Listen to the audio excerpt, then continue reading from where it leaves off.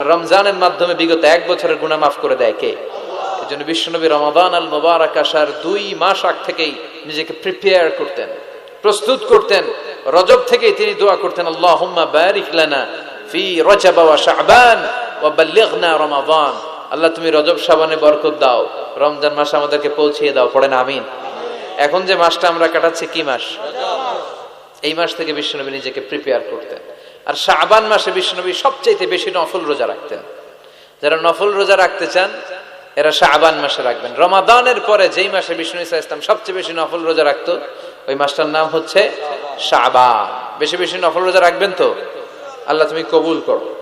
রজব শাবানে বরকতে দাও, রমজান মাসে গুনাহ ঝড়াও, সপ্তাহ জুড়ে তুমি বরকতে দাও, জুমার দিনেতে গুনাহ ঝড়াও, রজব শাবানে বরকতে দাও, রমজান মাসে গুনাহ ঝড়াও। পড়েন আমিন।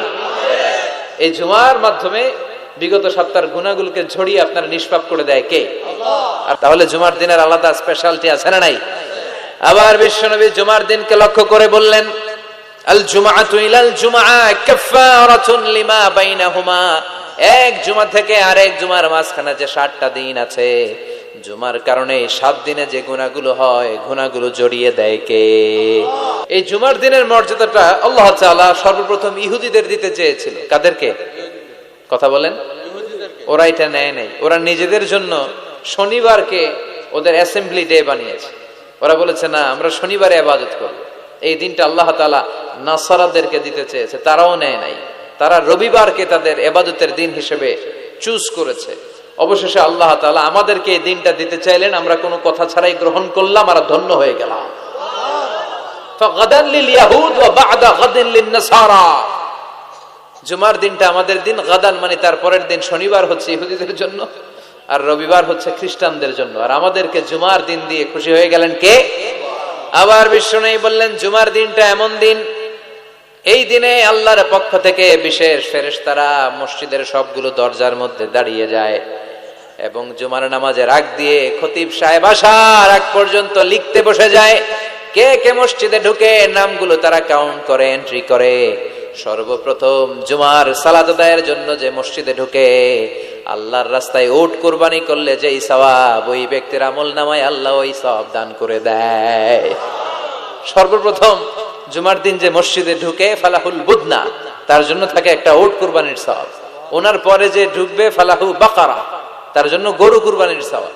3 নম্বরে যে ঢুকবে ফালাহুল কাবশা, তার জন্য ছাগল কুরবানির সওয়াব। 4 নম্বরে যে ঢুকবে তার জন্য ফালাহু আদ-দাজাজা, মুরগি কুরবানির সওয়াব। 5 নম্বরে যে ঢুকবে তার জন্য আল বাইদা, ডিম কুরবানির সওয়াব। সুবহানাল্লাহ পড়ে। এরপরে ইমাম সাহেব যখন খুতবা দেওয়ার জন্য চলে আসে, ফেরেশতারাও বসে যায়, খুতবা শুনতে শুরু করে। সুবহানাল্লাহ পড়ে। তাহলে এই জুমার দিনের আলাদা সিগনিফিকেন্স আল্লাহর কাছে আছে না নাই? বেশি না কম? আলহামদুলিল্লাহ যে এই দিনটাকে আমরা ছুটির দিন হিসেবে পেয়েছি। 1984 সালে তৎকালীন প্রেসিডেন্ট হুসাইন মোহাম্মদ এরশাদ সাহেবের নাম শুনছেন? হ্যাঁ, উনি এটাকে রাষ্ট্রীয়ভাবে জুমার দিন হিসেবে ঘোষণা করেছিলেন। ওনার কল্যাণে আমরা এই দিনটাকে স্টিল নাও, এখনো পর্যন্ত এটাকে আমরা ছুটির দিন হিসেবে পেয়েছি। উনি ইসলামের জন্য অনেক কাজ করছেন, আবার স্বৈরাচারীও করছেন। তো ভালো খারাপ নিয়েই মানুষ, ঠিক কিনা? খারাপটার আমরা না বলি। আল্লাহ তোমার এই বান্দার এই ভালো কাজটাকে তুমি কবুল করো। পৃথিবীর অনেক মুসলিম দেশেও এই শুক্রবারকে, এই জুমাবারকে তারা ছুটির দিন রাখতে পারে নাই। ইভেন মালয়েশিয়া, ইসলামের জন্য তারা অনেক কাজ করে, কিন্তু তাদের সাপ্তাহিক ছুটির দিন হচ্ছে রবিবার। সানডেতে তারা উইকেন্ড পালন করে। এর কারণ অনেক খ্রিস্টান দেশের সাথে ওদের ফিনান্সিয়াল এন্ড কমার্শিয়াল ট্রানজাকশন হয়। তো শুক্রবারে যদি এই কাজ করে, জুমার দিনে যদি এই কাজ করে, আর রবিবারে যদি তারা করতে না পারে, তাহলে একদিন তারা পিছিয়ে যায়। এই ফিনান্সিয়াল ট্রানজাকশনকে ঠিক রাখার জন্য রবিবারে মালয়েশিয়াতে ছুটির দিন হিসেবে ঘোষণা দিয়েছে। কিন্তু বাংলাদেশে সাপ্তাহিক ছুটির দিন কোনটা? খুশি না বেজার? চিল্লায় পড়ে আলহামদুলিল্লাহ। এজন্য রব্বুল আলামিন বলেন, ইয়া আইয়ুহাল্লাযীনা আমানু ইযা নুদিয়া লিস-সালাতি মিন ইয়াউমিল জুমআতি ফাসআউ ইলা যিকরিল্লাহি ওয়া যারুল বাই', যালিকুম খায়রুল লাকুম ইন কুনতুম তা'লামুন। সুবহানাল্লাহ পড়েন। আল্লাহ ডেকে বলে, গোলাম ও আমার ইমানদার বান্দারা, আমার বিশ্বাসী বান্দারা, জুমার সালাতের জন্য যখন আজান দিয়ে দেয়া হয়, ফাসআউ ইলা যিকরিল্লাহ, আল্লাহর স্মরণের দিকে তোমরা ধাবিত হও। ওয়া যারুল বাই', কেনা বেচা বন্ধ করে দাও। যালিকুম খায়রুল লাকুম ইন কুনতুম তা'লামুন, এটাই তোমাদের জন্য কল্যাণকর যদি তোমরা জানতে।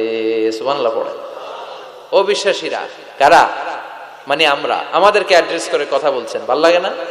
আল্লাহ যখন আমাদেরকে ডাক দেয়, ভাল লাগে আপনাদের?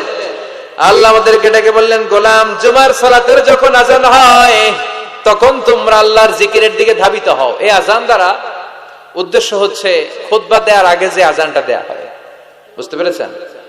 খুতবা দেওয়ার আগে একটা আজান দেয়া হয় না? দুর্ভাগ্যবশত এই দেশে ওই আজানটা খুব আস্তে আস্তে